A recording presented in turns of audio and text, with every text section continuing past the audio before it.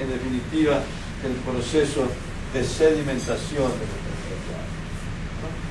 glaciares. Eso es lo que ocurre de manera natural en toda cuenca hidrográfica del mundo.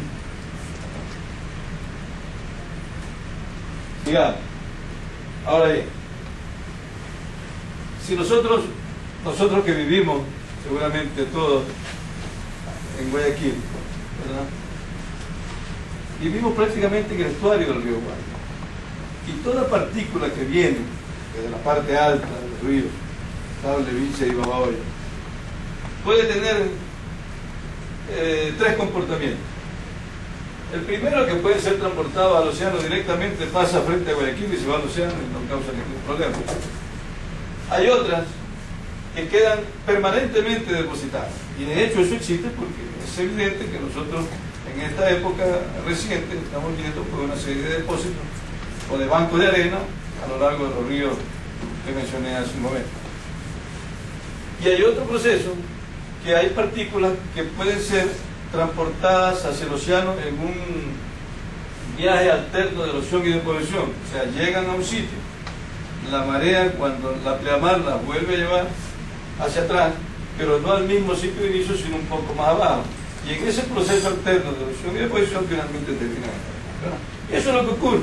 Ocurre aquí y ocurre en todos los estuarios del mundo. En todos, sin excepción. No hay excepción. Pero esto no es nuevo. Miren lo que decía Teodoro Wolff en 1892. Teodoro Wolff vino a hacer si mal no recuerdo, la geología del Ecuador, ¿verdad?, contratado por el gobierno ecuatoriano. Y él, en esa época, hablando ya del estuario del Guayas, decía, en hace más de 220 años, la formación de la gran llanura aluvial probablemente comenzó ya en la época cuaternaria o hacia fines de ello, pero continuaba por toda la época moderna y sin duda seguirá desarrollándose más y más en los siglos venideros. Heródoto llamó las fértiles llanuras del Egipto inferior un regalo del Nilo. Por la misma razón podemos decir que los llanos de las provincias del Guayas y de los ríos son un regalo del río Guayas y de sus tributarios.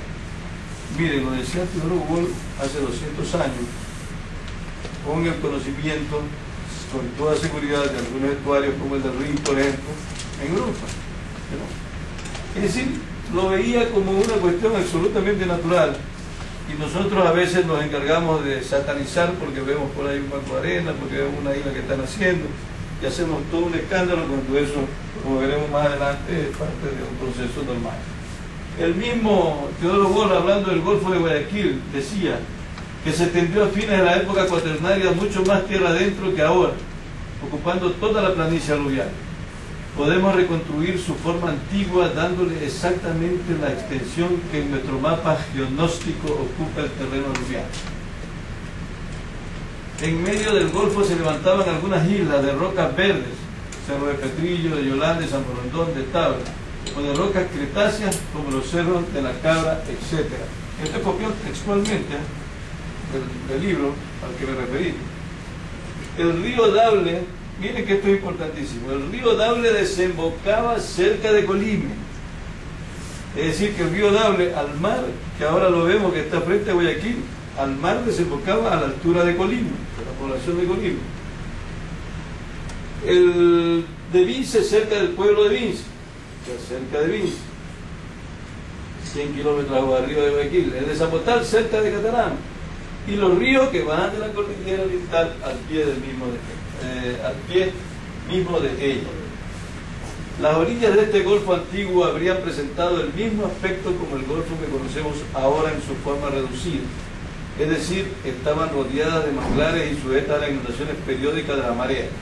Para comprender el modo sencillo, como poco a poco se pudo rellenar toda aquella bahía extensa y formarse en su lugar las llanuras, basta observar con atención lo que sucede diariamente en el néctar actual. Miren qué es lo rescatable de eso. Hace muchísimos años, ¿verdad?, los ríos Dable, Vince y Babahoyo, que son los tres ríos principales de la cuenca del Guayas, desembocaban en el mar a 100 kilómetros de Guayaquil o más. Es decir, que el mar, donde está Guayaquil, era el mar. Pero poco a poco, ¿verdad?, la cuenca se va rellenando, Y ahora vemos lo que vemos en este momento. ¿Qué es lo primero que se nos ocurre a nosotros inferir de ese acontecimiento? Que de aquí a muchos años, que seguramente no lo vamos a ver nosotros, ¿verdad?, la desembocadura de los ríos va a llegar a la isla Punaco. Es decir que la desembocadura al mar va a estar en la isla Puná. Y si está en la isla Puná, y si nosotros en este momento la llanura de inundación de la cuenca del Guaya está entre Guayaquil y Vince, significa que de aquí a muchísimos años, no lo vamos a ver nosotros, ¿verdad?, la llanura de inundación va a estar entre Guayaquil y la isla Puná. En otras palabras, Guayaquil estará dentro de la zona de inundación más crítica. Y no, pues no se necesita ni casi que ni estudiar mucho, simplemente hacer una extrapolación de esos procesos morfológicos. Pero ¿qué pasa? ¿Verdad? Visualicemos los mismos procesos morfológicos, ya no a lo largo y ancho de la cuenca del Guaya como vimos hace un momento, sino circunscrito a lo que es el área circundante de Guayaquil, también visualizado por el ingeniero Marín en el año 2006, en la que esto era, ¿verdad?, el delta del río Guayas hace 20.000 años. Eso era el delta del río Guayas hace alrededor de 10.000 años, y así sucesivamente para llegar a tener lo que tenemos ahora.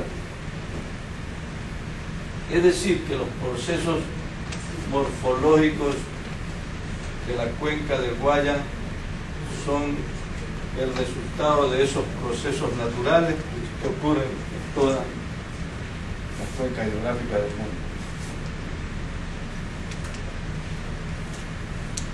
Miren que aquí hay una foto de 1961 de Guayaquil.